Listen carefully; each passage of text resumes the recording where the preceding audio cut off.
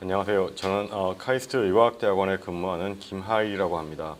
우리 몸속에 이렇게 보시면 췌장이라는 곳이 있어요. 아마 이자라고도 들었을 겁니다. 여기서는 뭘 하냐 하면 소화효소를 만들어서 이렇게 십이지장으로 내뿜는 역할을 해요.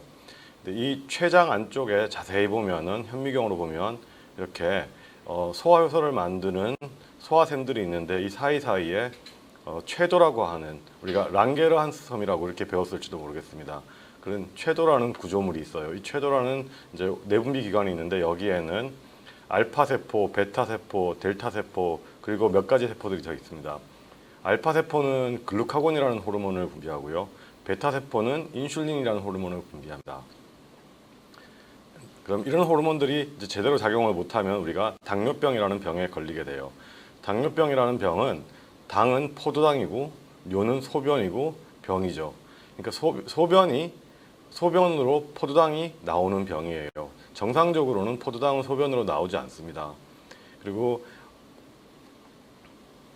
이런 당뇨병은 굉장히 흔해요. 보면은 우리가 일반인들의 남성의 경우에는 한 15%, 여성이 좀 덜한데 한 12% 정도가 당뇨병을 앓고 있어요. 그러니까 보통 사람들이 한 15% 정도가 당뇨병을 앓고 있다고 생각을 하면 굉장히 많은 사람들이 흔히 걸리는 그런 병 중에 한 가지입니다. 그럼 당뇨병은 어떻게 생기냐? 우리가 당뇨병은 1형 당뇨병, 2형 당뇨병, 그리고 임신성 당뇨병이라고 하는 병이 있는데 대개 우리가 이제 우리 몸속에 인슐린이라는 호르몬이 있어요. 우리가 음식을 먹으면 포도당이 흡수가 되고 그 포도당은 혈액 속을 돌다가 이런 지방세포로 들어가거나 아니면 간 또는 근육세포로 들어가요. 들어가서 지방세포에서는 지방으로 저장되고 간이나 근육세포에서는 글리코겐의 형태로 저장되어 있다가 필요하면 다시 혈액중으로 나와서 다른 몸속으로 여기 퍼져서 이제 몸속에 있는 모든 세포들, 특히 신경세포 같은 데서 이제 에너지를 만드는 그런 역할을 하게 됩니다. 그래서 이 포도당의 농도는 우리 몸속에서 굉장히 일정하게 유지되어 있어요. 그리고 이 포도당을 세포 안으로 집어넣어주는 열쇠와 같은 역할을 하는 호르몬이 인슐린이에요. 그런데 이 인슐린이 포도당을 잘 집어넣어야 하는데 그때 세포가 인슐린이 있어도 포도당을 잘 받아들이지 못하게 그런 경우가 있어요. 우리가 그런 걸 인슐린 저항성이라고 얘기를 합니다. 또는 인슐린이 없는 경우에도 세포 안으로 포도당을 잘 집어넣지 못해요. 결과적으로는 인슐린 저항성과 인슐린을 잘 만들지 못하는 베타 세포의 기능 부전이 겹치면 당뇨병이 생긴다고 얘기를 합니다. 그 중에 이제 1형 당뇨병과 2형 당뇨병을 주로 설명을 드리겠어요. 먼저 1형 당뇨병은 어떻게 생기냐 하면 여기 보면 췌도라는 곳인데 여기 췌도에 갈색으로 보이는 것이 인슐린을 염색한 것입니다. 이렇게 췌도가 이렇게 갈색으로 잘 덮여 있어야 되는데 보시면은 없죠. 이렇게 희미하게 염색되는 것은 베타 세포가 죽은 거예요. 그래서 우리가 베타 세포가 사멸되면은 인슐린이 만들어지는 양이 줄어들게 되고 그럼 인슐린이 부족해서 그 피 속에 있는 당을 세포 안으로 집어넣지 못하게 되면 피 속에 당의 농도가 올라가게 되고 그래서 1형 당뇨병이 생기게 됩니다.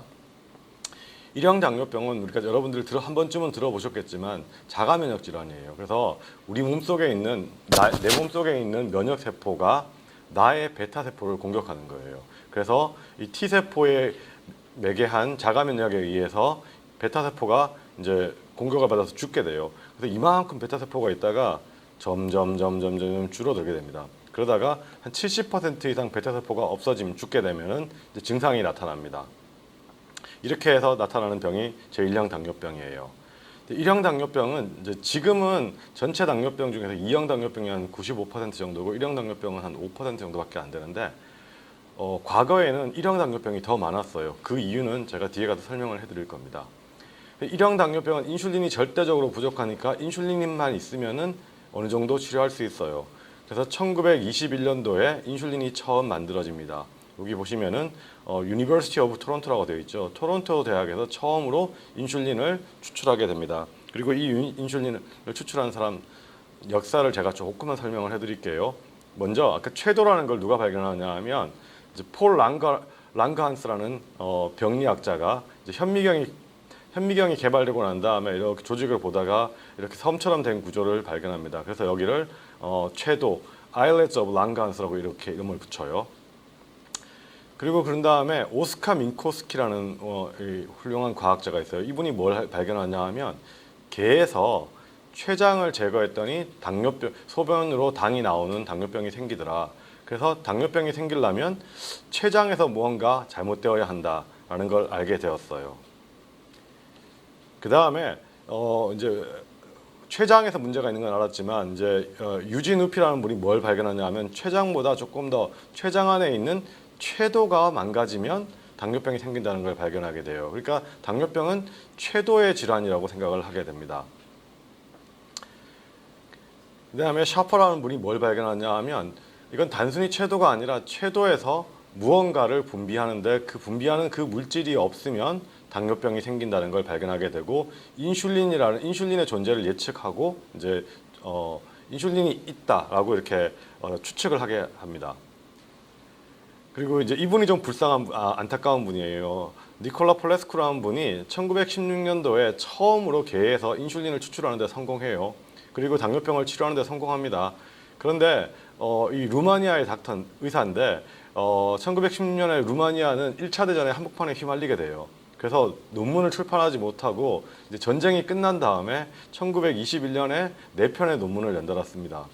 그렇지만 그 캐나다 의사들에 비해서 그 논문이 덜 알려지게 됩니다. 그때만 해도 뭐 이렇게 인터넷이 없으니까 잘 알려지지 못했어요. 그래서 이분은 노벨상을 타지 못해요. 그리고 나중에 아주 시간이 많이 지난 다음에 1971년도에 역사가들이 그다음에 노벨 커미티에서 이분의 업적이 충분히 인정받지 못했다는 걸 이제 밝히게 돼요. 그렇지만 뭐 노벨상은 죽은 사람에겐 주지 않기 때문에 이미 끝난 일이었어요. 그러면 인슐린을 최초로 분리한 사람은 누구냐 하면 여기에 있는 두 사람입니다.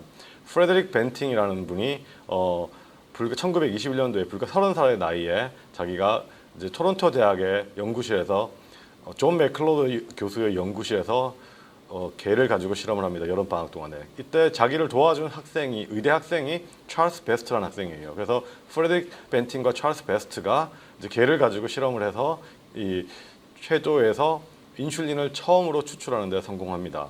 무려 91마리의 개를 죽이고 이 개가 92번째 성공한 실험이었다고 해요. 그래서 1921년도에 처음 인슐린을 추출한 다음에 1922년도에 첫 번째 임상시험을 하게 됩니다. 레오나르드 톰슨이라는 이 어린이가 이제 이때만 해도 우리 지금은 당뇨병에 걸려도 잘 죽지 않아요. 오랫동안 천천히 진행되는 병인데 이때만 해도 1형 당뇨병은 굉장히 위험한 병이어서 처음 진단되면 대개 1년 내에 죽는 병이었어요. 그러니까 어린아이가 이렇게 됩니다. 보시면은 포도당이 세포 내로 못 들어가니까 이렇게 빼짝 마르고 그 다음에 의식이 혼미해져요. 왜냐하면 우리 몸속에 있는 신경세포들이 포도당을 가지고 에너지를 만들어서 세포가 살아가는데 신경세포에 포도당이 공급되지 못하니까 이렇게 의식을 잃고 거의 죽어갑니다. 근데 이렇게 인슐린이 없어서 죽어가던 레오나르드 톰슨이라는 어린이가 인슐린을 맞은 다음에 이렇게 건강해지죠. 그래서 이 사람이 오래 살았을 것 같지만 불행히도 이때 이제 자동차가 개발되면서 교통사고로 일찍 죽습니다. 그리고 이제 토론토의 신문에 이렇게 나오죠. 토론토 대학의 4명의 과학자가 인슐린을 추출하는 데 성공했다고. 벤팅과 베스트, 그 다음에 존 맥클로드와 제임스 폴립이라는 4명의 과학자가 이렇게 신문에 납니다. 그런데 노벨상은 프레드릭 벤팅과 존 맥클로드가 노벨상을 수상해요. 그래서 프레드릭 벤팅은 인슐린을 발견하는데 가장 큰 공헌은 자신과 같이 연구한 의대생 조수였던 찰스 베스트라고 생각을 합니다. 그래서 존 맥클로드는 노벨상을 탈 자격이 없다고 생각을 해요. 그래서 아주 공개적으로 처음에 노벨상 수상을 거절했다고 해요. 그런 다음에 시상식에 가긴 하는데 공개적으로 자기 상금의 절반을 찰스 베스트에게 줍니다. 그래서 존 맥클로드는 이제 불끈했겠죠. 그래서 존 맥클로드는 자기도 중요한 역할을 했고 제임스 폴립도 중요한 역할을 했으니까 존 맥클로드는 자기 상금의 절반을 제임스 폴립에게 줍니다. 이런 일이 있었는데 더 재밌는 건 프레드릭 벤팅과 찰스 베스트는 이 인슐린을 자기의 것이 아니라고 생각해요. 그래서 불과 1달러의 돈을 받고 엘라이 릴리라는 회사에 이 특허를 팝니다. 그래서 이 엘라이 릴리라는 회사가 굉장히 빠른 속도로 인슐린을 생산해서 전 세계 많은 사람들에게 인슐린을 공급하게 되고 그래서 굉장히 빠르게 제1형 당뇨병은 치료되게 됩니다. 이게 우리가 100년 전에 우리에게 있었던 일이었어요. 그러니까 한 사람의 의사가 이런 위대한 발견을 해서 세상에 얼마나 많은 사람들을 구하고 그런 일이 있었는지를 이제 알게 되는 좋은 경험입니다. 그리고 이제 캐나다에서는 이 국민적 영웅이에요. 그래서 벤팅과 베스트를 기념해서 벤팅 앤 베스트 의과학 연구소라는 연구소를 만들어서 이제 계속해서 이런 의사들이 연구를 할 수 있는 그런 이제 연구소를 만들어 줍니다. 그래서 거기서 굉장히 열심히 연구를 하는데 찰스 베스트는 굉장히 오랫동안 열심히 연구해서 굉장히 훌륭한 과학자로 성장을 하고 오랫동안 큰 기여를 해요. 근데 프레드릭 벤팅은 1941년도에 2차 대전이 일어나면 그냥 연구를 그만두고 2차 대전에 참전합니다. 굉장히 훌륭한 사람이에요. 그래서 2차 대전에 참전했다가 시험 비행을 하는 비행기에 탔다가 추락해서 실종되었어요. 그래서 지금도 이 사람은 캐나다의 국민적 영웅으로 알려져 있습니다. 그래서 이 프레드릭 벤팅이 처음으로 자신의 클리닉을 열었던 온타리오주의 런던에 가면 이 벤팅 기념관이 있고 거기에는 플레임 오브 호프이라고 해서 당뇨병이 완치될 때까지 꺼지지 않는 그런 불이 있어요. 자, 일형 당뇨병은 이렇게 해서 어느 정도 치료가 되었어요. 그런데 인슐린만 주면 치료가 될 줄 알았던 당뇨병이 치료가 안 되는 사람들이 있다는 것을 알게 됐어요. 1960년대에. 그래서 무언가 인슐린만이 문제가 아니라 다른 문제가 있는 게 아닌가. 그래서 알게 된 게 뭐냐면 인슐린 저항성이 있다는 걸 이제 알게 되었어요. 그리고 인슐린 저항성이 있어서 당뇨병이 생기는 경우를 이제 2형 당뇨병이라고 이름을 붙였거든요. 근데 이때만 해도 그렇게 흔하지 않았어요. 그런데 보시면 이제 1990년대를 지나면서 이 2형 당뇨병은 굉장히 드라마틱하게 수가 증가합니다. 환자 수가. 왜 이랬을까요? 이유는 뭐냐 하면 인슐린 저항성이 비만한 사람들에게 생기는 병입니다. 보시는 것처럼 미국에 다시 한번 보여드리면 미국의 이렇게 비만의 정도와 당뇨병에 생기는 정도가 비례합니다. 그래서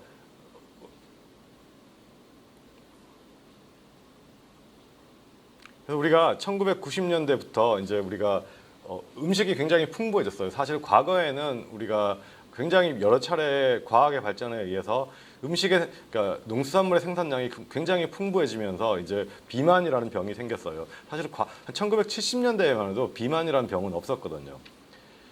자, 그럼 제2형 당뇨병은 어떻게 순차적으로 생기는지 다시 한번 설명을 해드리겠습니다. 보시면 처음에 어떤 이유에서든지 인슐린 저항성이 생겨요. 가장 흔한 이유는 비만입니다. 인슐린 저항성이 생기면 바로 혈당이 올라가는 게 아니고 베타 세포에서 인슐린을 더 많이 만들어요. 더 많이 만들어서 혈당이 올라가는 것을 잘 억제하고 있습니다. 보상작용으로 억제하고 있습니다. 그러다가 베타 세포가 더 많이 만들어지기도 해요. 그러다가 베타 세포가 지쳐서 이제 인슐린을 잘 만들지 못하면 혈당이 올라가기 시작합니다. 그러다가 베타 세포가 완전히 지쳐가지고 사멸되게 돼요. 이때는 거의 제1형 당뇨병과 비슷하게 베타 세포가 없어지게 됩니다. 그때는 혈당이 더 많이 올라가게 되고 증상은 1형, 2형 당뇨병을 구분하기 힘들 정도로 변하게 됩니다. 그럼 이 인슐린 저항성은 왜 생기느냐? 인슐린 저항성의 가장 큰 원인은 비만이에요. 뚱뚱해지면 우리가 비만해지면 지방 세포에서 중성지방으로 저장되어 있어야 되는 지방이 분해되면서 유리지방산이라고 해서 이렇게 분리가 되어 나옵니다. 이 유리지방산이 몸 여기저기에 가서 인슐린 저항성을 일으키게 돼요. 그러니까 당뇨병은 사실은 2형 당뇨병은 예방이 가능하죠. 어떻게 예방할 수 있냐면 우리가 건강한 음식을 먹고 그 다음에 운동을 열심히 하면 인슐린 저항성이 생기지 않으니까 예방할 수 있어요. 그런데 그게 쉽지 않죠. 여기 보면은 이게 비만을 일으키는 나쁜 음식이라고 얘기하는 음식들이 여기 있는데 이런 얘기하면 또 혼나는지 모르겠지만 보면은 여러분들도 저도 다 좋아하는 음식이 여기 다 있죠. 그리고 운동하는 거는 귀찮죠. 그러니까 현대인들은 당뇨병을 예방 가능하지만 실제로는 예방하기 매우 어렵고 그래서 굉장히 많은 사람들이 당뇨병에 시달리고 있습니다. 당뇨병에 이렇게 인슐린 저항성이 생긴 다음에 아까 베타세포의 기능 부전이 생기는데 베타세포가 기능 부전이 생기지 않고 잘 보상을 하게 되면 당뇨병은 막을 수 있어요, 사실은. 그런데 베타세포의 기능 부전을 우리가 이렇게 연구를 해보니까 막을 수가 없어요. 보면은 정상 체중일 때도 비만일 때도 그 다음에 우리가 당뇨병의 치료약으로 쓰는 메포민이나 설포닐 유레아 같은 약을 아무리 써도 이렇게 장시간 동안 베타세포 기능 부전이 진행되는 것을 막을 수가 없다는 것을 우리가 알게 되었어요. 그러니까 가장 중요한 건 예방하는 것입니다. 그리고 이제 사람들이 베타 세포의 용량이 줄어드는 거죠, 죽어서. 이게 과연 어떨까? 2000년이 되어서야 이런 걸 알 수 있게 되었어요. 보시는 것처럼 여기 보면은 제2형 당뇨병 환자들이 뚱뚱하지 않거나 뚱뚱하거나 다 베타 세포의 용량이 줄어들어 있습니다. 그리고 우리나라 사람들에게도 이런 게 굉장히 잘 나타나 있어요. 결론적으로는 제2형 당뇨병은 뚱뚱하면은 인슐린 저항성이 생기고 이 인슐린 저항성 때문에 베타 세포는 무언가 반응을 하게 돼요. 여러 가지 스트레스도 있고 이제 활성산소 베타 세포가 인슐린을 굉장히 많이 만들어야 되니까 만든다고 보면은 활성산소가 많이 생산되고 또는 단백질을 합성하는 소포체가 스트레스를 받기도 하고 그것 때문에 아밀로이드 같은 이런 찌꺼기들이 쌓여서 스트레스를 주기도 하고 염증이 생기기도 합니다. 이런 것 때문에 결국에는 베타 세포가 죽게 됩니다. 그러니까 우리가 실제로 이런 베타 세포의 스트레스가 일어나기 전에 인슐린 저항성 상태에서 베타 세포가 잘 커지면서 인슐린 저항성을 보상 작용을 잘 해도 당뇨병을 예방할 수가 있습니다. 그래서 제가 실제로 연구하는 부분은 이 부분이에요. 그래서 이렇게 베타 세포가 죽어나가는 게 아니라 베타 세포가 어떻게 인슐린 저항성을 잘 극복할 건지, 베타 세포가 얼마나 많은 양을 가지고 있어서 이런 이제 우리 몸속의 혈당을 잘 조절할 수 있게 할 수 있을까, 이런 것들이 제가 연구하는 겁니다. 우리 몸속에 있는 베타 세포의 양은 태어나서 출생 전 직후에 굉장히 빠른 속도로 증가합니다.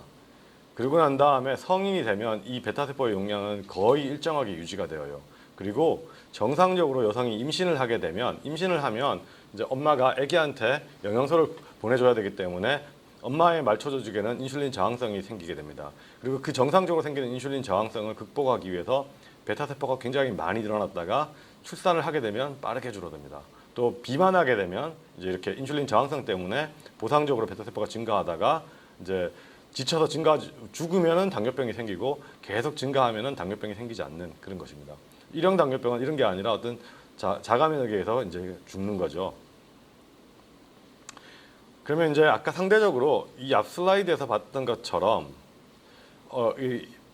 이 비만에 의해서 베타 세포가 보상 작용이 일어나는 것들은 굉장히 긴 시간 동안 일어나요. 대개의 경우에 우리가 상상해 보면 우리가 대학을 가서부터 이제 엄마 품을 떠나서 음식을 마음대로 먹기 시작하면은 이제 비만해지기 시작하거든요. 그러고 난 다음에 한 50세 정도의 당뇨병이 생긴다고 치면은 한 30년 정도 시간 동안의 변화이기 때문에 우리가 연구하기 되게 어려워요. 그런데 상대적으로 임신한 기간 동안은 사람은 10개월이고 마우스는 뭐 한 18일 정도밖에 안 되니까 짧은 기간 동안 이렇게 변화를 하기 때문에 연구하기가 쉽습니다. 그래서 베타 세포가 임신 기간 동안에 어떻게 반응하는지를 연구를 처음에 했었어요. 임신을 하게 되면 이제 이렇게 포도당을 줬을 때 베타 세포에서 인슐린을 분비하는데 Y축은 인슐린의 양이고 X축은 포도당의 농도인데 보시면은 한 5mm몰에서 6mm몰 사이에 포도당을 주면은 인슐린이 나오는데 임신을 하게 되면 이 인슐린이 분비되는 게 훨씬 더 많이 분비됩니다.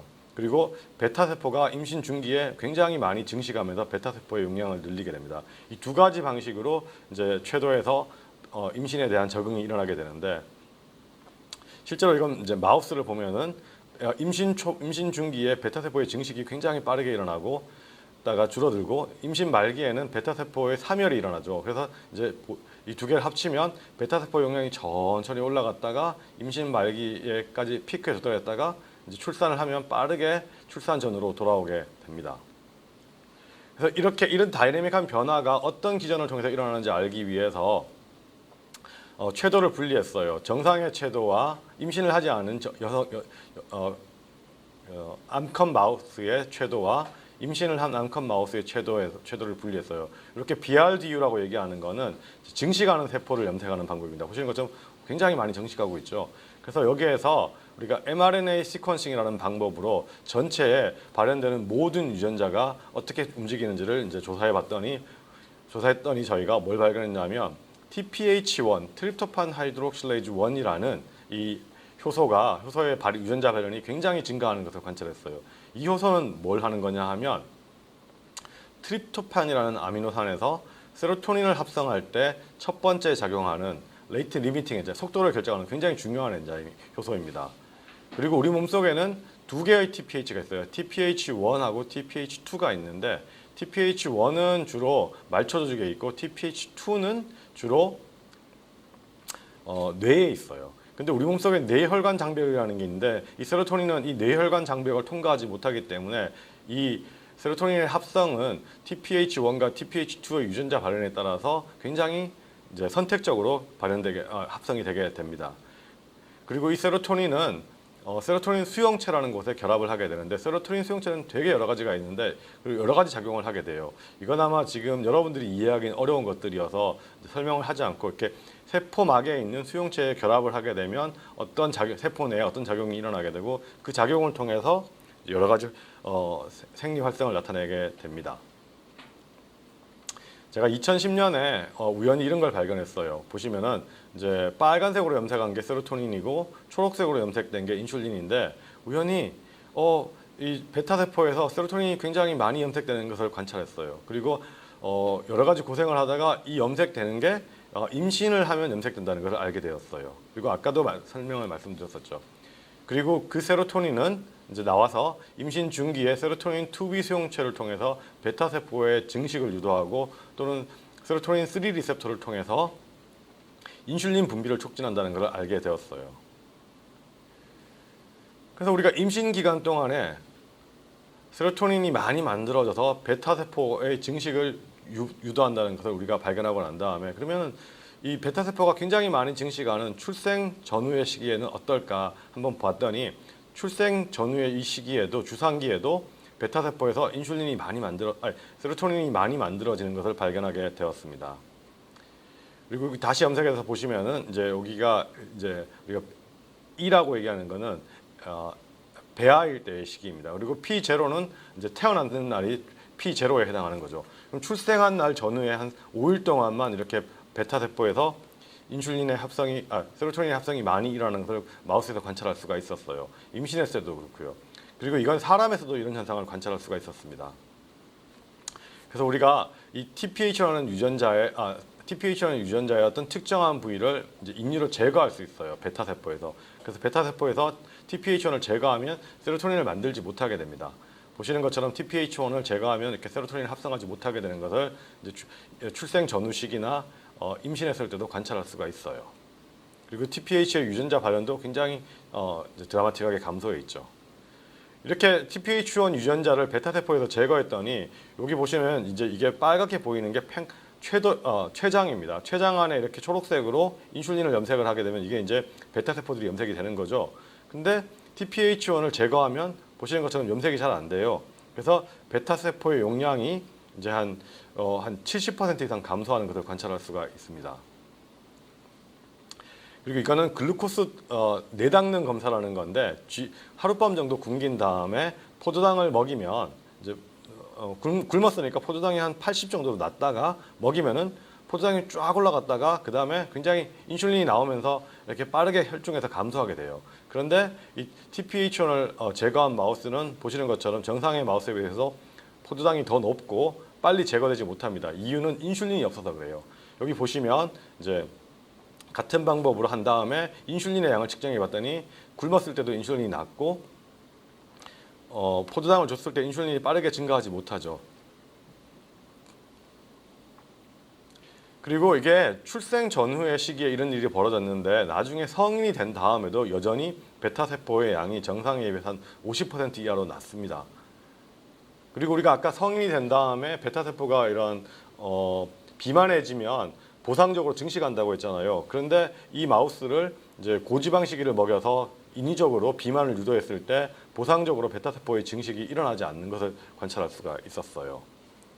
결과적으로 이제 우리는 뭘 알게 되었냐 하면 출생 전후의 시기에 이때는 성장 호르몬에 의해서 베타 세포에서 세로토닌을 합성하는 TPH1이라는 유전자가 많이 만들어지게 되고 그러면 그에 따라서 세로토닌이 많이 합성됩니다.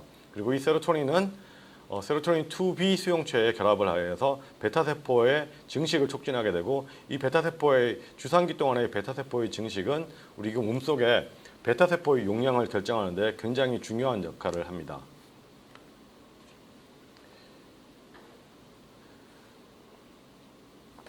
그리고 난 다음에 저희가 아까 이제 임신했을 때, 그 다음에 출생 전후의 시기에 베타 세포 용량이 많이 증식하는 것을 말씀드렸잖아요. 그 다음에 저희가 또 한 가지 발견한 게 뭐냐 하면 이제 엄마가 아기한테 모유를 수유하는 동안에도 췌장에서 베타 세포에서 TPH1의 유전자가 굉장히 많이 발현되는 것을 관찰할 수가 있었어요. 그래서 여기 보시면은 이제 락테이틱이라고 얘기하는 게 모유를 수유하는 동안에도 췌장에서 베타 세포에서 세로토닌이 많이 만들어집니다. 그리고 이거를 TPH1 유전자를 제거하게 되면은 세로토닌 합성이 되지 않는 것을 관찰할 수가 있습니다.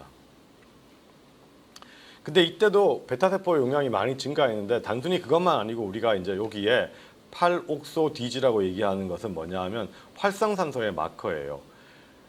그래서 이렇게 보시면은 모유를 수유하면 이 활성산소가 많지 않아요. 그리고 세로토닌이 있는 곳에 여기 활성산소 약간 있죠. 주로 세로토닌이 없는 곳에서 이렇게 활성산소가 있습니다. 근데 모유를 수유하게 되면 TPH1을 제거하게 되면 모유를 수유하는 동안에도 세로토닌이 합성되지 않으니까 이 활성산소가 많이 만들어지는 것을 알 수가 있습니다. 그래서 베타 세포가 죽게 돼요. 그래서 우리가 또 한 가지 저희가 알게 된 건 뭐냐 하면 임신했을 때 말고 임신했을 때나 우리가 출생 전후에 베타 세포의 증식만 촉진한다고 알고 있었는데 모유를 수유하는 동안에는 베타 세포에서 세로토닌이 많이 만들어져서 이 세로토닌이 베타 세포의 증식도 촉진하지만 이 활성산소를 제거하는 그런 역할을 해서 베타 세포의 용량을 유지하고 베타 세포의 기능을 보호하는 그런 역할을 한다는 것을 잘 알게 되었습니다. 결론적으로는 출산을 하고 난 다음에 모유를 수유하는 것은 당뇨병을 예방하는데 매우 효과적이라는 것을 알게 되었어요. 약간 더 시간이 남아서 조금만 더 설명을 드리면 이제 저는 이런 연구를 하면서 이제 이런 임신한 쥐에서 베타 세포에서 세로토닌이 만들어지는 것을 알게 됐고 그게 이제 임신성 당뇨와 어떤 관련이 있는지 연구를 하기 시작했어요. 그래서 서울대학에 계신 분들하고 연구를 하다가 사람에서 연구를 했는데 우연히 이런 걸 알게 됐어요. 임신을 하는 동안에 임신을 하면 이제 이렇게 아기가 크니까 영양소를 많이 공급해야 되니까 지방도 많이 생기고 그래서 체중이 늘거든요. 근데 이 TPH1의 유전자에 돌연변이가 있으면 이 체중이 잘 늘지 못한다는 것을 알게 되었어요. 그래서 이 세로토닌이 어쩌면 체중을 늘게 하는 그런 비만 호르몬인가 이런 생각을 하게 되었고 이제 그래서 뭐 여러 가지 연구를 해서 세로토닌이 백색 지방에서는 지방을 축적하는 역할도 하고요. 또 지방이 많이 축적됐을 때는 지방을 분해해서 이 지방산을 간이나 다른 티슈 조직으로 보내서 그럴 때는 지방이 굉장히 많은 상태니까 지방간 같은 이런 병을 일으키기도 하고요. 또 세로토닌이 우리 몸에서 열을 생산하는 갈색 지방이라는 곳이 있는데 갈색 지방에서 열을 생산하는 것을 억제해서 좀 더 뚱뚱하게 만든다는 것을 알게 되었습니다. 그래서 이런 종류의 여러 가지 연구들을 저희 연구실에서는 하고 있습니다. 이제 이런 연구들은 여기 보시면은 이제 PhD라고 되어 있는 거는 박사님들이죠. 그리고 MD라고 되어 있는 거는 의사 선생님들이 돼요. 보시면은 그래서 어떤 분들은 MD PhD고 어떤 분들은 PhD고 어떤 분들은 MD인데 저희 연구실은 이렇게 의사와 그냥 PhD인 박사님들하고 그다음에 MD PhD라고 얘기하는 의사 과학자들이 같이 연구를 해서 이런 연구들을 많이 연구 결과를 내게 되었습니다. 아까 처음에도 말씀드렸지만 프레드릭 벤팅 여기 온타리오주 런던이라는 도시에 가면 벤팅의 기념관이 있는데 여기에 플레임 오브 홉이라고 해서 왜 이런 게 있냐 하면 벤팅이 처음에 인슐린을 추출한 다음에 인슐린은 당뇨병을 매니지하는 것이지 이걸로 큐어할 수 있는 게 아니다.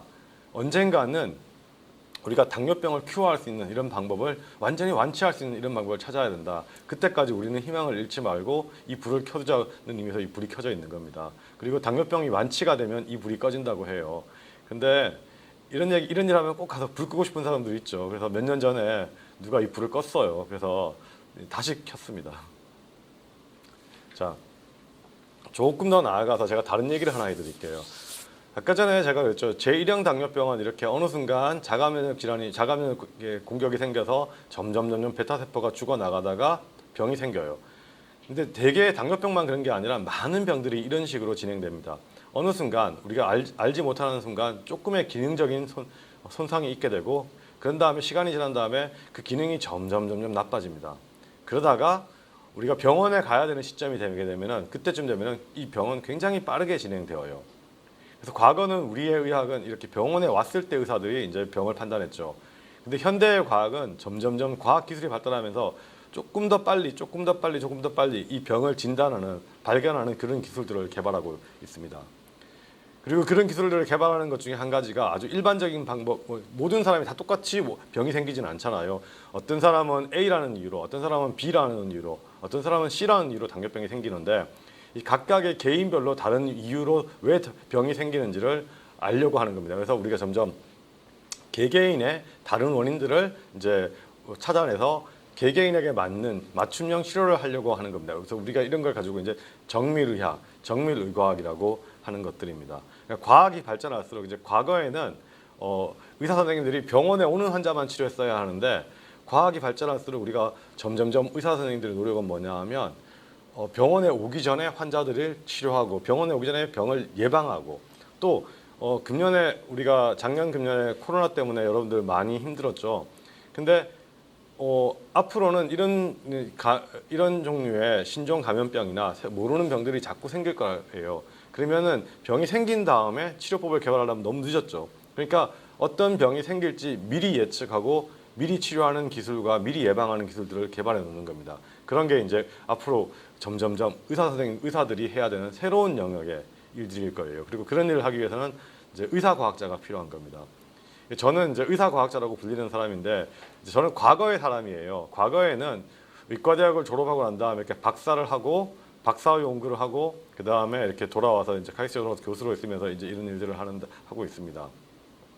앞으로 이런 이제 저는 이렇게 훌륭한 의사과학자는 아니고 저는 이제 소소하게 하는 그냥 중소기업에 가까워요. 그리고 굉장히 훌륭한 의사과학자들이 많습니다. 이 프랜시스 콜린스라는 분은 미국의 NIH의 디렉터를 한 분인데 이분은 홀지놈 시퀀싱을 우리 몸 전체에 있는 유전자를 이제 분석하는 기술을 개발한 훌륭한 분이죠. 그리고 이런 사람들이 많아야지 이제 좋아집니다. 근데 우리나라에는 이런 분들이 별로 없어요. 그래서 얼마 전에 나온 신문에 보니까 이런 과학자가 없어서 우리나라에서는 노벨 생리학상을 타지 못한다고 해요. 전체 노벨 생리학상 수상자 중에 절반 정도가 의사 출신인데 우리나라는 의사 중에 한 1%도 채 안 됩니다. 그래서 이거 뭐 학생들이 연구조사한 거 보면 부족하답니다. 그래서 좀 더 많은 사람들이 이렇게 특히 의사들이 더 많이 과학을 연구했으면 좋겠다는 게 제 개인적인 바람이고 우리나라의 미래에도 필요하다고 생각을 해요. 몇 명을 좀 더 소개해 드릴게요. 신야 야마나카라는 분은 원래 정형외과 의사였어요. 그런데 이제 뭐 수술하는 실력이 없었는지 아니면 본인은 아니라고 얘기하지만 과학에 흠뻑 빠져서 뭘 했냐면 줄기세포, 우리가 역분화 줄기세포를 개발한 분이죠. 그래서 이제 몇 년 전에 노벨상을 타셨죠. 그 다음에 데이비드 황이라는 분은 우리가 OCT라는 걸 개발했는데 원래 안과 의사였대요. 그런데 MIT를 나온 공학자기도 하고 그래서 OCT라는 게 뭐냐면 우리 눈에 망막 안에 이렇게 망막을 관찰할 수 있는 거예요. 그래서 안과 의사들이 우리가 이제 당뇨병성 망막 질환이라고 해서 망막이 손상이 됐을 때 망막을 실제로 볼 수 없고 얼마나 병이 지는지 알 수 없거든요. 근데 그걸 볼 수 있는 이런 기계를 만들어서 이제 굉장히 효과적인 치료를 할 수 있도록 이제 개발을 했죠. 굉장히 뛰어난 의사 공학자인 거죠, 이 사람은. 또 이 사람은 이제 의사 신약을 개발하는 또는 회사를 만드는 혁신가들이 있습니다. 마이클 리오덴이라는 사람은 길리어드라는 회사를 만들었어요. 이 사람은 이제 공학을 전공하고 난 다음에 MBA를 하고 난 다음에 이제 어느 날 여행을 다니다가 댕기 피버라고 댕기열이라는 이 질환에 약이 없다는 걸 알게 돼요. 그래서 길리어드라는 벤처 회사를 만듭니다. 그리고 이 길리어드라는 벤처 회사는 바이러스 질환을 치료하는 약물을 개발하는데 굉장히 특화되어 있었어요. 그래서 굉장히 오랫동안 연구를 했어요. 그래서 여러 가지 약을 만들었다가 1999년에 타미플루라는 약이 이제 우리가 그 빅히트를 치게 됩니다. 그래서 이제 지금은 세계 20위 안에 드는 굉장히 큰 제약회사가 되었어요. 그래서 이런 많은 사람들이 이제 그 외에도 많죠. 아까 프레드릭 벤팅도 그런 사람이고요. 알렉산더 플레밍은 항생제를 발견했고요. 시드니 파버라는 사람은 이제 항암제라는 걸로 암을 치료하는 것도 했죠. 그 다음에 마이클 브라운과 조 골드슈타인 같은 사람은 콜레스테롤 대사를 규명해서 노벨상을 탔고요. 굉장히 많은 의사들이 과학을 연구해서 노벨상을 탔습니다. 그리고 우리나라에도 이제 이런 기회가 더 많아졌으면 좋겠어요. 마지막으로 제가 이거는 그냥 여담으로 짧은 얘기를 하나 해드릴게요. 여기 사진에 보이는 뒤에가 어디냐면 사진에 보이는 게 이 사람이 접니다. 그리고 이 친구는 제 대학 동기예요. 그래서 의대 동기인데 이 친구는 의대를 졸업하고 난 다음에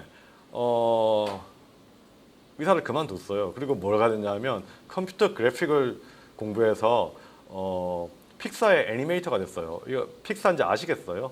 그리고 이거는 뒤에 스티브 잡스 빌딩이라고 해서 픽사에 있는 스튜디오입니다.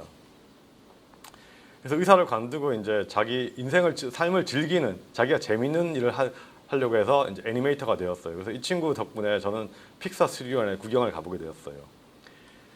여기는 이제 지금은 다 컸어요. 커서 이제 고3인데 저희 아들이 어릴 때인데 저 친구랑 이제 가족이 오래간만에 만나서 이제 픽사 스튜디오에 놀러를 갔는데 이 몬스터 주식회사 나오는 이런 게 있어요. 그래서 이렇게 이런 것들도 보고 이제 각자 나름대로 재밌는 일을 즐깁니다.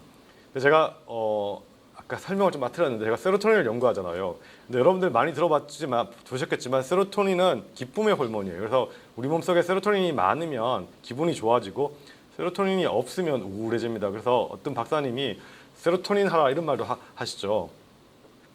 근데 이제 저랑 제 친구가 이렇게 부부 동반으로 이쪽에서 얘기하고 있는데 이건 저희 딸이고 제 친구 아들입니다. 둘이 같은 반 친구인데 엄마 아빠가 얘기하는 동안에 자기 나름대로 세로토닌을 올리고 있는 중이죠. 뭐라고 했냐면 여기 스튜디오에 가면 이 캔디와 이 뒤쪽에 있는 콜라 사이다는 게 마음대로 먹을 수 있어요.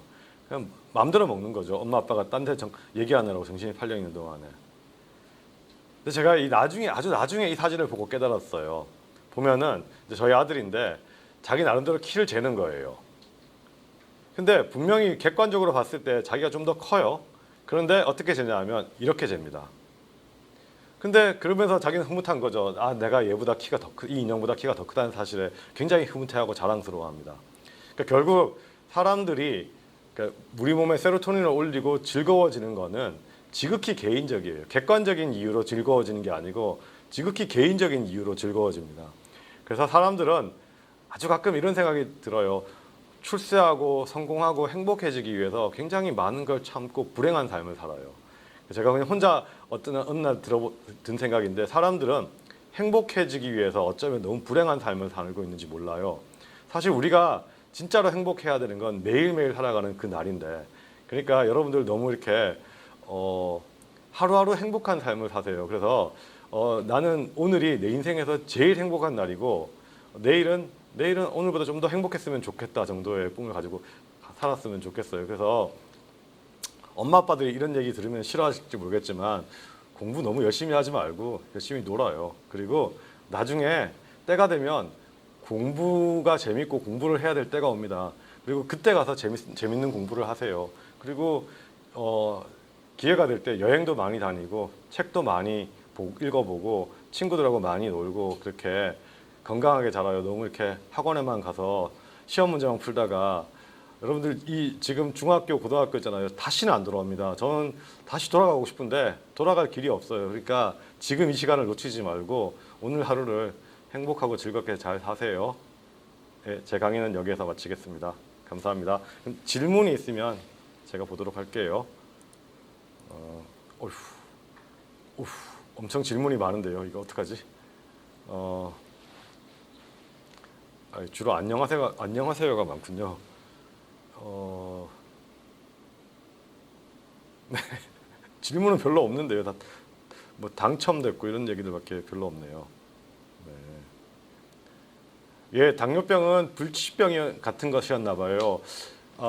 근데 불치병이라는 건 없는 것 같아요. 언젠간 치료가 될 겁니다. 1921년도까지는 당뇨병은 불치병이었죠. 굉장히 무서운. 그런데 치료가 되었죠. 그리고 잘 모르겠지만 그 전에는 뭐 여러 가지 감염됐을 때도 불치병이었죠. 그런데 페니실린이 개발되고 치료가 되었죠. 그리고 아주 가까이에서는 예를 들면 에이즈 같은 병도 1980년대, 90년대는 불치병이었어요. 그런데 지금은 치료됐죠. 그다음에 간염도 우리가 잘 안 낫는 병이었는데 이 아까 얘기한 길리아드라는 회사에서 치료제를 개발해서 지금은 치료됐죠. 그러니까 뭐 지금 어떤 코로나도 벌써 이제 그 내년에 치료제가 나왔다고 하잖아요. 나올 겁니다. 그리고 좋아질 겁니다. 그래서 우리가 불치병이라는 거는 존재하지 않는 것 같아요. 우리 언젠간 다 치료할 수 있어요. 네. 저희 할머니가 당뇨병이신데 민간요법으로 당을 조절하더라고요. 그게 가능한가요? 여주라는 열매로 맞죠. 여주 열매랑 그다음에 돼지 감자 같은 걸 먹으면 혈당이 잘 떨어지는 걸로 알려져요. 혈당이 어느 정도 떨어져요.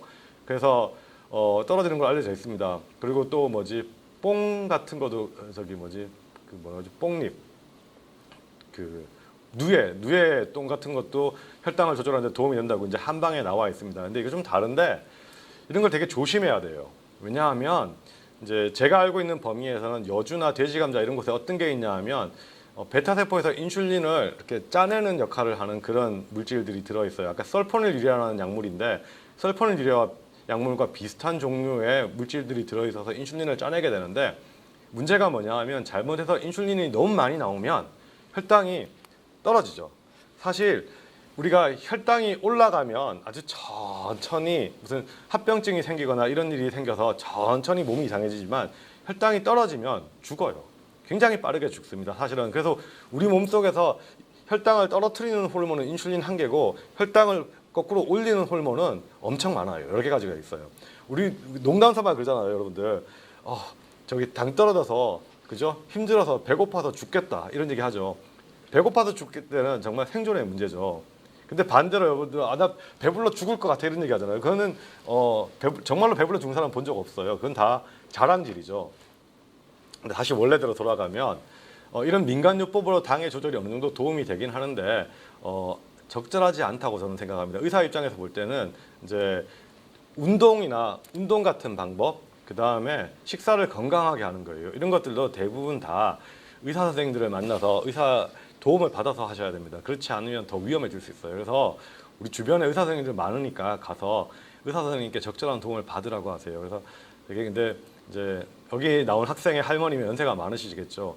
그러니까 그 할머니들이 그 사춘기 학생들도 말을 잘 안 듣지만 할머니 할아버지도 말씀을 잘 안 들으시죠. 저희 아버지 어머니도 말씀을 잘 안 들으세요. 병원에 가시라 그러면 잘 안 듣고 그러시는데 이제 아들이나 며느리가 그러면 잘 안 듣는데 손자 손녀가 그러면은 말씀을 잘 들으실 거예요. 그러니까 할머니한테 가서 할머니 제가 오늘 배웠는데 당뇨병을 이렇게 민간요법으로 하시면은 위험할 수도 있으니까 병원에 꼭 가시라고. 그래서 병원에 가서 의사 선생님한테 적절하게 잘 조언을 받으면서 치료를 하시는 게 좋습니다. 그 다음 질문이 있는데요. 1형, 2형 당뇨병은 모두 후천적으로 생기는 건가요? 좀 애매합니다. 1형 당뇨병의 경우 우리 유전적인 경향은 2형 당뇨병이 더 높아요. 그래서 예를 들면 쌍둥이일 때 1형 당뇨병은 쌍둥이가 모두 당뇨병이 생기지 않는데 2형 당뇨병은 기억이 잘 안 나네요. 생각해보니까 의과대학을 졸업한 지 너무 오래돼서 잘 기억이 안 납니다. 정확하게 기억나는 건 유전적인 소인은 2형 당뇨병이 더 많아요. 1형 당뇨병 그런데 모두 후천적인라고 생각을 해요. 선천적으로 생기는 당뇨병이 있기는 합니다. 그런 것들이 드물게 있긴 하지만 주로는 후천적으로 생긴다고 생각을 하고요. 아직까지는 그 원인을 정확하게 잘 몰라요. 그리고 너무너무 개인마다 이유가 달라서 이제 이유를 잘 모릅니다. 비만은 만병의 근원인가요? 그런 것 같습니다. 이건 뭐 그러니까 어떻게든 운동을 열심히 하시고 건강하게 야채 많이 먹고 골고루 드시고 그래야 됩니다. 그리고 사실 뭐 제 개인적인 소신인데 우리가 맛있는 건 다 별로 건강에 안 좋아요. 예를 들면 단 거, 설탕. 그다음에 여러분들 고소한 맛 있잖아요. 고소한 맛은 다 기름이죠. 그다음에 그러니까 맛있는 건 다 좀 너무 과장일 수도 있는데 근데 건강하게 잘 먹는 게 중요합니다. 골고루. 어떤 것만 일방적으로 그러니까 한 가지만 막 먹어서 치료가 되고 이런 건 아니기 때문에 골고루 잘 먹는 게 제일 중요합니다. 그래서 이런 것들은 인터넷에 찾아보면 잘 나와 있어요. 당뇨병에는 운동 및 근육을 늘리는 게 답이라고 생각하는데요. 동의합니다. 네. 그래서 운동 열심히 하세요. 그리고 특히 여러분들 어릴 때 운동하면 근육이 더 잘 생기거든요. 그러니까 한 살이라도 어릴 때 더 열심히 운동하세요. 그리고 운동을 열심히 하면 집중도 잘 되고 공부도 잘 안 돼요. 맛있는 게 왜 건강에 안 좋을까요?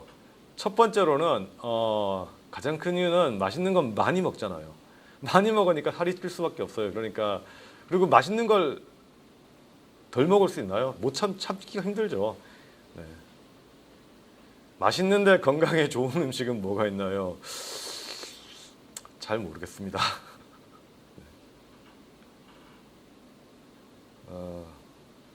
인슐린 분비를 촉진하는 음식을 먹으면 살이 찔까요? 일정 부분 그렇다고 생각할 수 있습니다. 우리가 이거 마이토젠이라고 얘기하는데 세포가 커지고 세포가 튼튼해지고 이런 세포에 영양소를 많이 공급하게 되는 거죠. 그래서 인슐린은 사실은 아주 우리가 당뇨병에 굉장히 중요한 거예요. 왜냐면 우리 몸이 성장을 하려면 반드시 인슐린이 필요해요. 근데 인슐린의 분비를 촉진하는 거랑 인슐린이 나오는 거랑 좀 달라요. 그래서 인슐린이 계속 잘 나와야 되고 잘 작동을 해야 되는 거지. 인슐린의 분비를 너무 촉진하면은 이제 인슐린을 만드는 베타 세포가 지쳐요. 그래서 별로 위험하게 됩니다. 그래서 아까 전에도 여주나 돼지 감자 같은 약물이 그런 이제 야채들이 인슐린의 분비를 너무 촉진하기 때문에 바람직하지 않을 수 있다고 말씀을 드렸잖아요. 또 우리가 이런 얘기 들어봤을 거예요. 초콜릿이나 밥보다는 현미가 더 좋다. 이게 뭐냐 하면 이제 똑같이 탄수화물인데 몸속에 들어가서 천천히 분해돼서 인슐린의 분비를 천천히 자극하는 게 더 좋다고 해요. 그래서 현미는 천천히 오래 걸리겠죠. 그리고 도정한 흰쌀은 더 빨리 인슐린 분비를 자극하게 되고, 그다음에 그걸 갈아서 만드는 떡 같은 거는 더 빨리 하게 되는 거죠. 그래서 이제 우리가 이런 걸 글라이세믹 인덱스라고 얘기하는데, 같은 양을 음식을 먹었을 때 인슐린 분비를 더 빠르게, 더 강하게 촉진하는 그런 음식일수록 조금 더 별로고, 조금 더 느리게 천천히 인슐린 분비를 촉진하는 그런 음식을 드시는 게 좋다고 생각을 합니다.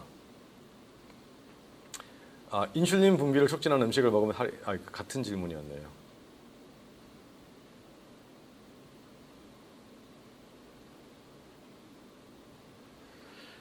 나이가 들수록 베타세포의 생성이 줄어든다면 당뇨의 진행 속도가 줄어드나요? 아니죠. 당뇨의 진행 속도가 더 빨라질 수 있습니다.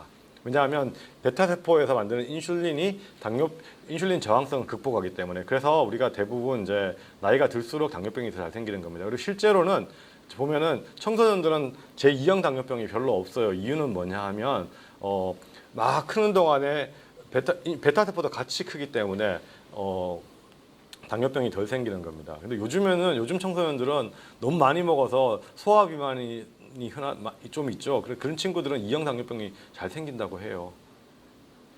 임신성 당뇨병은 어떻게 생기냐고요?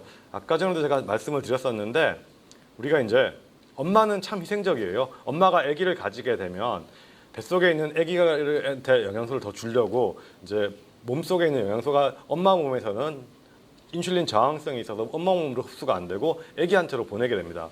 그래서 엄마 몸이 인슐린 저항성이 생기게 되는데, 이 인슐린 저항성을 베타세포가 증식해서 이제 보상을 해줘야 되는데, 이 과정이 잘 되지 않게 되면 임신하는 동안에 혈당이 올라가는 당뇨병이 생기기도 합니다. 그리고 임신상 당뇨병은 대개는 이제 출산을 하고 나면 빠르게 돌아옵니다. 정상으로 돌아오긴 하는데요. 그런데 임신상 당뇨를 경험하게 된 사람들은 사실은 상대적으로 결국 베타세포의 기능이 약간 부족할 수도 있기 때문에 나중에 당뇨병이 더 잘 생깁니다. 코로나 바이러스가 인슐린 분비에 영향을 주냐고요? 이런 논문을 영향을 줍니다. 영향을 주고 베타세포에서도 코로나 바이러스가 들어가는 이런 그 단백질이 있어서 들어간다고 해요. 그런데 제가 공부를 열심히 안 해서 이 논문을 읽어보지 않아서 정확하게는 잘 모르겠습니다. 네. 글루카곤 수용체를 차단하면 췌장의 알파세포가 베타세포로 변형시키는 간접 효과가 있다는 기사를 읽은 적이 있는데, 그럼 당뇨병 치료에 혁신적이지 않나요? 이건 좀 이제 굉장히 고차원적인 질문인데요. 여기 오류는 뭐냐 하면, 글루카곤 수용체를 차단하면, 우리가 글루카곤은 혈당을 올리는 호르몬이고 인슐린은 혈당을 떨어뜨리는 호르몬이에요. 그러니까 이 두 개의 경쟁에 따라서 혈당이 조절되게 되어 있어요. 그래서 글루카곤 수용체를 차단하면 혈당이 어떻게 될까요? 혈당이 좀 더 올라가겠죠. 글루카곤이 혈당을 올리는 걸 떨어뜨리니까 혈당이 내려가게 됩니다. 그래서 당뇨병을 치료하는데 약간 도움이 된다고도 합니다. 그런데 글루카곤 수용체를 차단한다고 해서 알파세포가 베타세포로 변형되지는 않아요. 그런데 알파세포가 베타세포로 언제 변형이 되냐 하면, 당뇨병이 아주 심하면 우리가 이제 이런 베타세포가 알파세포로 변하거나 알파세포가 베타세포로 변하는 이런 이제 베타세포, 알파세포가 굉장히 고유의 기능을 가지고 있는 특별한 세포인데 자기의 기능을 잃고 왔다 갔다 하는 이런 일들이 일어나요. 그래서 그런 일들이 일어나긴 합니다. 근데 글루카곤 수용체를 차단하는 건 상당히 이제 괜찮은 치료법이라고 생각을 하고 있고요. 요 최근에 이런 것들이 임상 시험을 하고는 있습니다. 한국인이 10명 중에 1명이 당뇨병 환자라고 하는데 우리나라에 당뇨병 환자가 많은 이유가 무엇인가요? 우리나라에 특별히 많은 건 아니고요. 전 세계적으로 다 비슷합니다. 그런데 미국 사람들이 전반적으로 우리나라 사람들보다 훨씬 더 뚱뚱하죠. 그런데 그러면 덜 뚱뚱한 우리나라 사람은 당뇨병이 덜 생겨야 되는데 왜 비슷한 양이 생기느냐 하면 이제 우리나라 사람들은 선천적으로 베타 세포의 양이 서양 사람들에 비해서 조금 더 적다고 해요. 그래서 결국 인슐린을 만드는 베타 세포의 양, 인슐린의 공급과 인슐린이 필요하는 인슐린의 수요, 이건 비만이겠죠. 인슐린 저항성 비만이겠죠. 이 인슐린의 수요와 공급의 균형인데 우리나라 사람들은 상대적으로 덜 비만함에도 불구하고 인슐린의 공급을 잘 못하기 때문에 조금 더 당뇨병이 더 잘 생깁니다. 그래서 이제 한 10명 중에 한 10몇 %가 생기는 겁니다.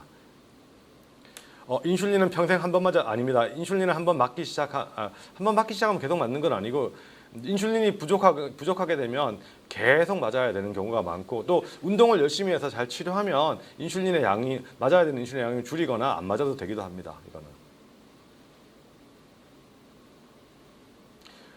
임신 중 임신성 당뇨가 있었을 때 인슐린 주사를 맞던 사람이 임신했을 때 임신 중에는 인슐린 주사를 맞을 수 있습니다. 네. 노화가 진행될수록 당뇨병에 걸릴 확률이 높아지는 것은 인슐린 분비하는 베타세포의 노화 때문인가요? 네, 일정 부분 맞습니다. 왜냐하면 베타세포도 나이가 들면 베타세포도 노화가 되면서 이렇게 인슐린 저항성에 대한 보상작용을 하는데 힘들어하는 거죠. 네, 당뇨병에 가족력이 있다고 하는데 가족 중에 당뇨병 환자가 있으면 몸이 건강하면 당뇨에 걸리지 않나요? 네, 그렇습니다. 당뇨병의 가족력, 특히 제2형 당뇨병이 가족력이 있는데 이 이유는 아까도 말씀드렸지만 이제 베타 세포가 좀 부족하거나 이런 경우에 당뇨병이 더 잘 생깁니다. 그런데 이건 굉장히 상대적인 거라서 운동 열심히 하고 인슐린 저항성이 없고 굉장히 감수성이 높으면 당뇨병이 잘 생기지 않습니다. 실제로 저도 저희 집안도 가족력이 있어요. 그래서 저희 사촌 형제들 대부분 다 가지고 있는 젊은 나이에 당뇨병이 생기는데 저는 이제 연구하면서 굉장히 열심히 운동하거든요. 그래서 당뇨병이 아직 안 걸리고 잘 있습니다. 제1형 당뇨병은 완치가 불가능한가요? 아니요, 완치가 언젠가 가능할 겁니다. 지금은 이제 인슐린을 주고 혈당을 유지하면 잘 할 수 있고요. 그 다음에 이제 우리가 줄기세포나 여러 가지 방법을 통해서 최도의식이나 이런 방법을 통해서 1형 당뇨병을 완치하는 방법을 과학자들이 열심히 연구하고 있고요. 이 솔방울이라는 학생도 이런 연구에 한번 참여해 보면 좋겠네요.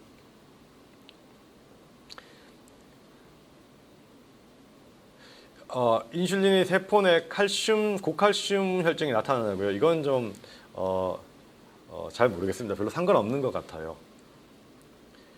당뇨병의 유전적 경향은 아까 말씀드렸지만 상당히 유전적 경향이 있습니다. 자식에게 직접 유전되는 건 아니고요. 이런 것들은 뭐냐면 다 비슷한데 그냥 뭐 이런 정도로 생각하시면 돼요. 부모님이 키가 크면 그 자식도 키가 클 확률이 높은 거죠. 그런 정도의 영향이지 반드시 유전되는 건 아닙니다. 근데 유전되는 당뇨병은 아주 소수의 당뇨병이 있는데 그런 것들은 그 유전적인 검사를 다 하게 돼 있습니다.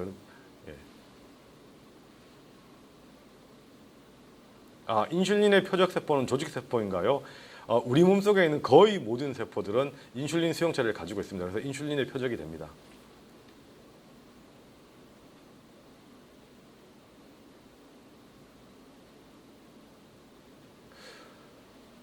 인슐린을 투여는 왜 꼭 주사로 하냐고요? 알약 같은 걸로 안 되나고요? 만들었으면 좋겠는데요. 인슐린은 우리가 단백질이에요. 그래서 단백질을 알약이나 이런 걸 만들면 되게 장에서 흡수가 되면 어떻게 되겠어요? 고기를 먹으면 고기가 그대로 몸속에 들어가는 게 아니라 다 이렇게 분해되어서 아미노산의 단위로 흡수가 되게 돼 있어요. 그러니까 아미노산은 소용이 없죠. 그러니까 단백질이 분해되지 않은 상태로 들어가야 되기 때문에 주사로 넣게 되는 겁니다. 근데 최근에 여러 가지 노력을 해서 주사로 안 넣고 뭐 스프레이로 하는 것도 했다가 별로 성공하지 못했고요. 비슷한 알약 같은 형태로 이렇게 뭐 약간 캡슐 같은 형태로 해서 캡슐이 그대로 나노 파티클이 그대로 흡수가 돼가지고 인슐린이 흡수가 되도록 하는 그런 것도 연구하는 분들이 계세요.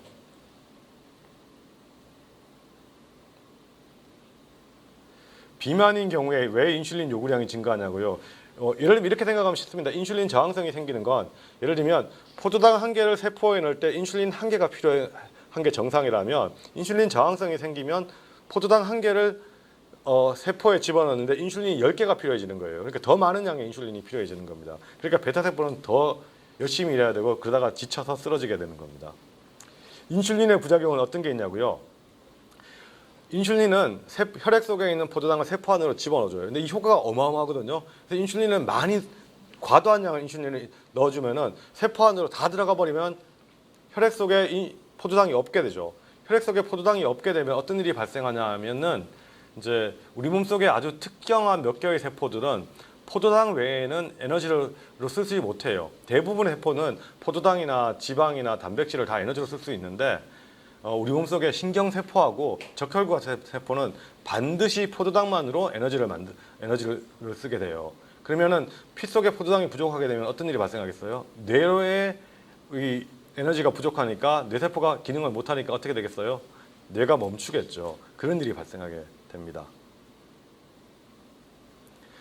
땀을 너무 심하게 흘리면 당뇨병이 걸리느냐? 그렇지는 않습니다.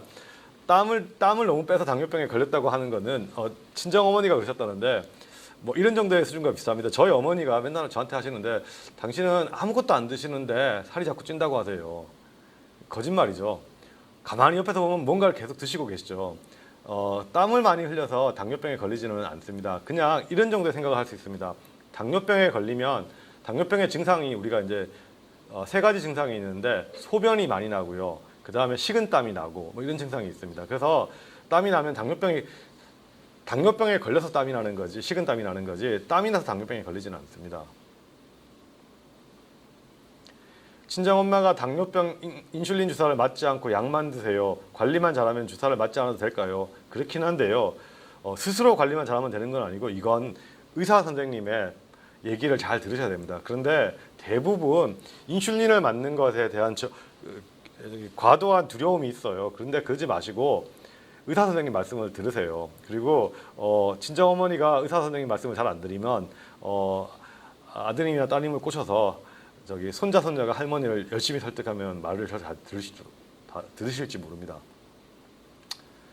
저도 제가 직접 연구한 게 아니라서 여주가 정말 효과가 있는지는 잘 모릅니다. 근데 많은 사람들이 이제 이런 학문적 논문에도 나와 있고 그래요. 여주, 돼지 감자 이런 것들이 혈당을 상당히 떨어뜨린다고 해요. 그리고 이제 그 안에 아마도 우리가 인슐린을 분비를 자극하는 어떤 물질들이 있어서 이럴 거라고 생각을 하고 있습니다.